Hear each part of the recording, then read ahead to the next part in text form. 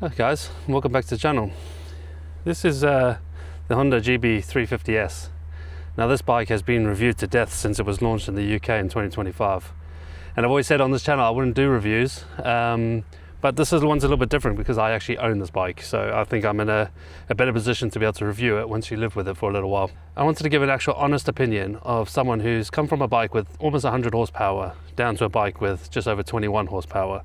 A lot of people I see online are talking about downsizing and, you know, do you need all that power? And often people are like saying, you know, from 100 horsepower down to 20 is just too much of a jump. You should go halfway, maybe to saying 50 or 60. But I'm here to actually give you my honest opinion on that for someone who actually bought this bike coming from a Speed Twin 1200, which is obviously on paper quite a big drop. This little Honda GB has been such a good seller for Honda. So much so that they actually got the numbers completely wrong. Now, I might be a bit of a pessimist. I don't think they got the numbers wrong. I think it's by design. So in the UK, as of July 2025, the wait list now is January 2026 if you want to get yourself one of these brand new. There's a few on the used market and they seem to be holding their value quite well because obviously there isn't any on the market. Now, Honda have sold over 1,100 of these since the beginning of the year, and someone told me that the allocation for the UK was about 1,000, so maybe it's just a bit more than that, obviously, if they sold 1,100. And I can't imagine a company the size of Honda got the numbers that wrong. Or has it just caught them out by surprise? Are they just surprised at how well this bike has taken in the UK? I mean, they shouldn't be surprised. Look how well the Royal Enfields have been doing over recent years. So what makes this bike such a good seller? It's only got 21 horsepower. The brakes aren't exactly fantastic. It's got Honda build quality and it's made in Japan, but it's under 4 grand. Is that why? Also, it only weighs about 180 kilos. Now, in modern terms, that is pretty light. And with an aging population of bikers in the UK and around the world, is it just that people are downsizing because, you know, it's just much easier to live with? It's just back to simple biking. And this is the kind of biking that I really enjoy. So is this the future of motorcycling? I think it might be. You see, up until this point, Royal Enfield have had this market to themselves with their 350s, and they've been very, very good sellers for Royal Enfield. And I think they've got a bit complacent, and I've seen the prices creeping up. So now Honda have entered the market, and now so have BSA, and they're really going to threaten Royal Enfield's position. And to me, that can only be a good thing for the consumer. You see, more choice drives prices, and hopefully there'll be a bit more competition in the market, and that's going to be better for all of us. But let's jump on the bike and I'll tell you why did I buy a 350cc with 20 horsepower. It's only a step up from a 125 coming from a Speed Twin 1200. On paper, people would say you're mad. Why did I do it? Well, let's get on the bike and I'll explain why.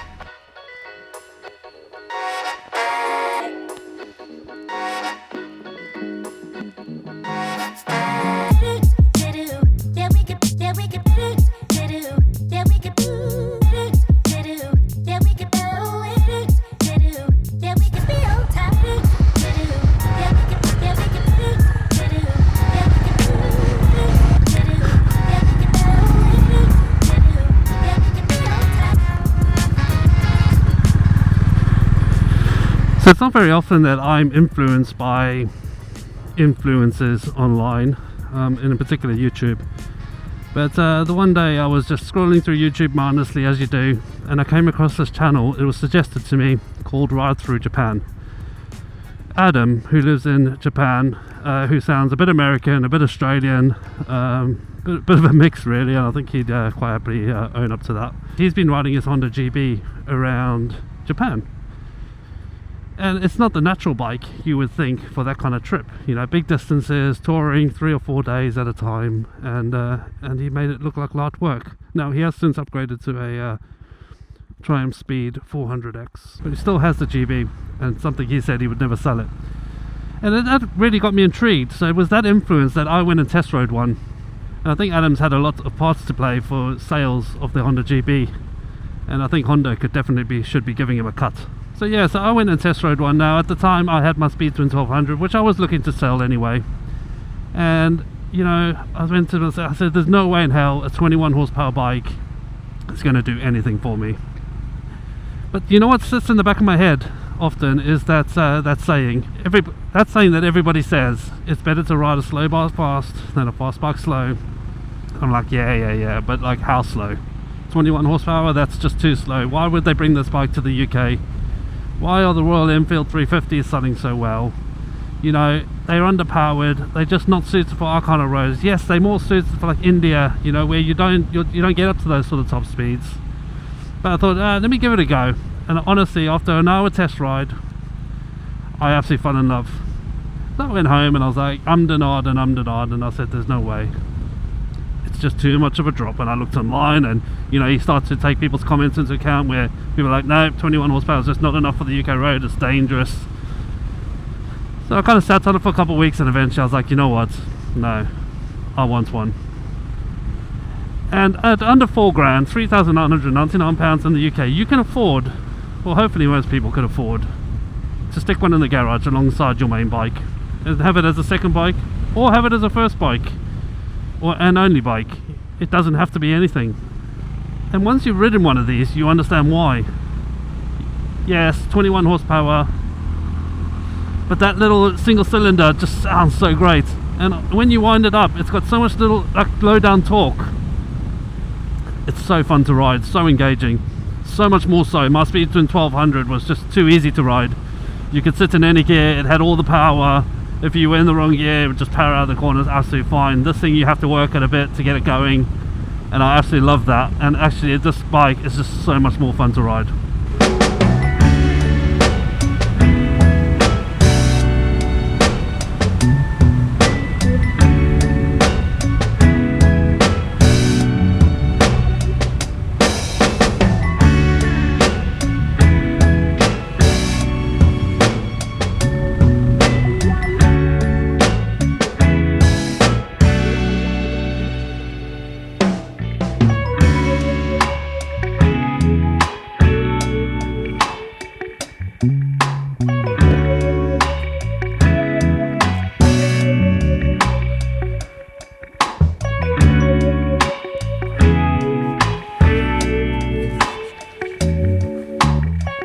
So you do absolutely buy a bike with your eyes, I think, first. You first look at the bike and you then look at it, and then you obviously look at the power and you look at everything else, and you kind of justify it to yourself that it's fine because the bike just looks absolutely amazing. And I think it's one of those examples where I first looked at this bike and looked at it and thought, wow, that's a beautiful bike. And then when I looked at the power, I was like, 21 horsepower, okay, do you think I can live with that? You know what, you justify in your head, do a bit of man maths, and it actually works out fine.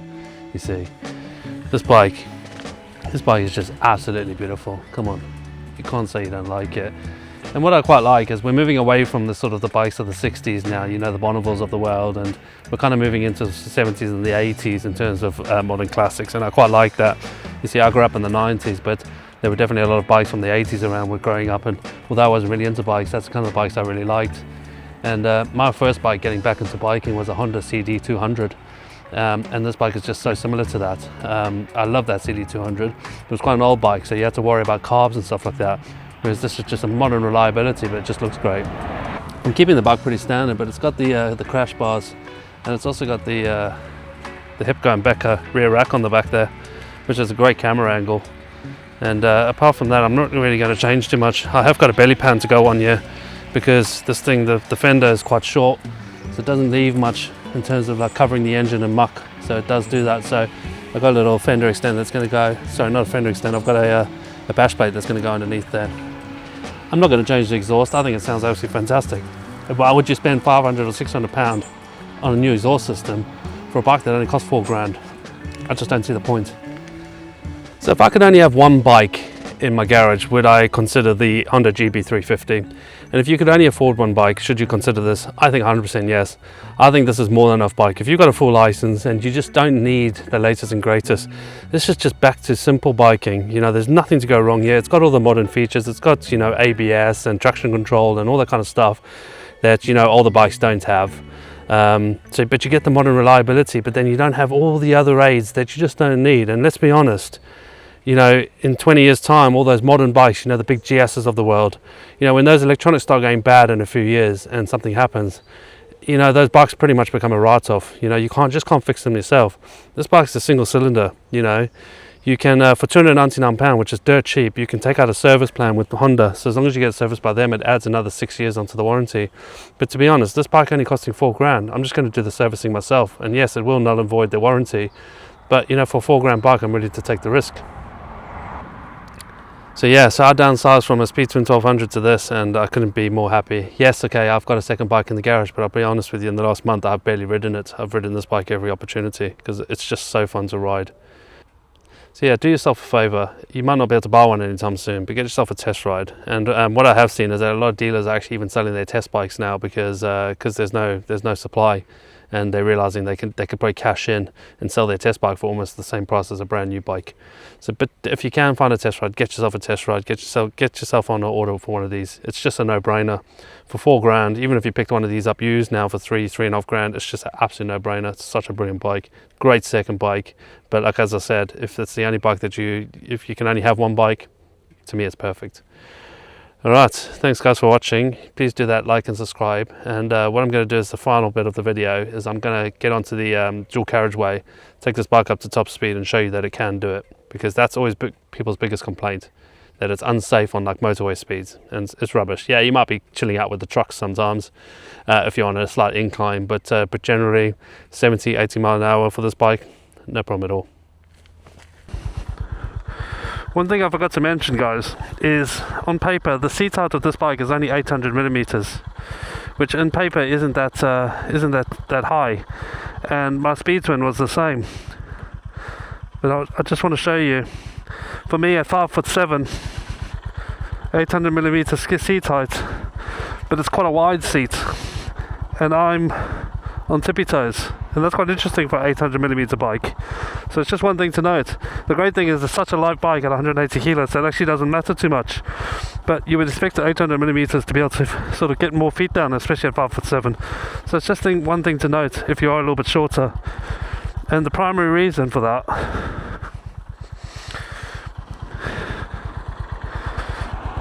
is that how wide the seat is where you sit, and that's the biggest reason why I think it affects the seat height.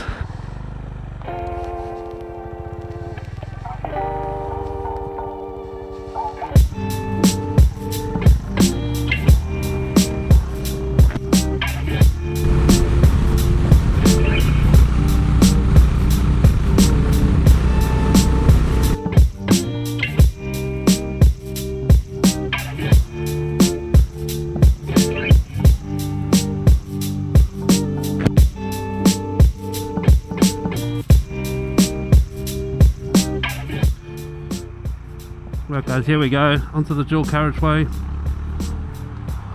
You do have to think about your overtake, so there's a truck.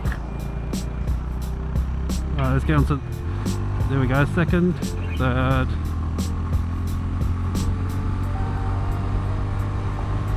Fourth. Over 70 mile an hour now in fourth. There we go.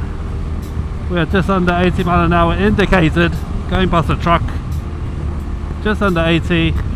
We're going up a slight incline. But you got no problem. Look at that, I'm keeping up with traffic. There's no problem at all. Yes, okay, you are wringing the neck off the bike, but once we get onto a flat now, you'll see it'll start creeping up. And there we go, I'm up to 80 now, indicated. Probably more like 70 in real life. That's absolutely fine. So for short sprints on the motorway, it's not a problem at all, honestly. Yeah, 60, 70 is probably a happy place, but you need to overtake. You just got to think about it a little bit quicker, a little bit more. But it's happy to do it. And the fast line. Happy days. Alright guys, cheers for hanging out. I'll see you guys on the next one.